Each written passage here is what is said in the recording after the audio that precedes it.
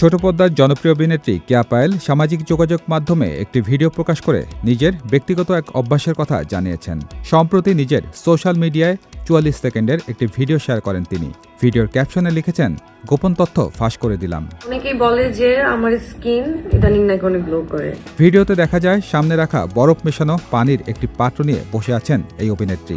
তিনি জানান, সম্প্রতি অনেকেই তার ত্বকের উজ্জ্বলতা নিয়ে প্রশংসা করছেন এবং জানতে চাইছেন এর রহস্য কী।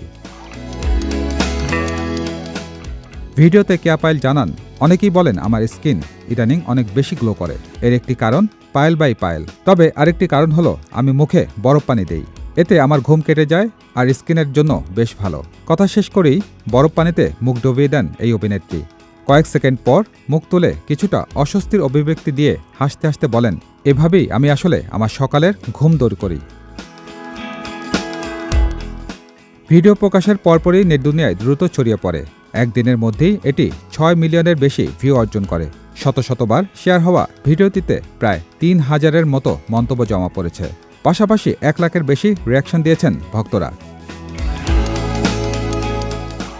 অনেকেই তার এই স্কিন কেয়ারের টিপসকে কার্যকর বলে মন্তব্য করেছেন।